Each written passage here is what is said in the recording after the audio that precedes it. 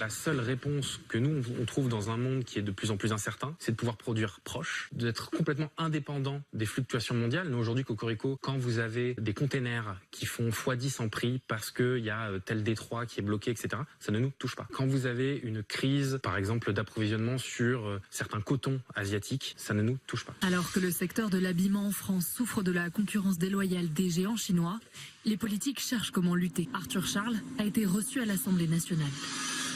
Je dirais que la taxe sur les petits colis, c'est une bonne première étape. Et d'ailleurs, même les politiques ne s'y trompent pas. C'est plutôt un message envoyé à ces grandes plateformes en disant « Attention, on est en train de bien regarder votre sujet et on va trouver des solutions ». Donc en attendant, c'est mieux que rien. Après, évidemment, il y a des solutions de contournement. Nous, le message qu'on porte auprès des pouvoirs publics, c'est de aidez-nous à être plus compétitifs plutôt que les empêcher, eux, de venir.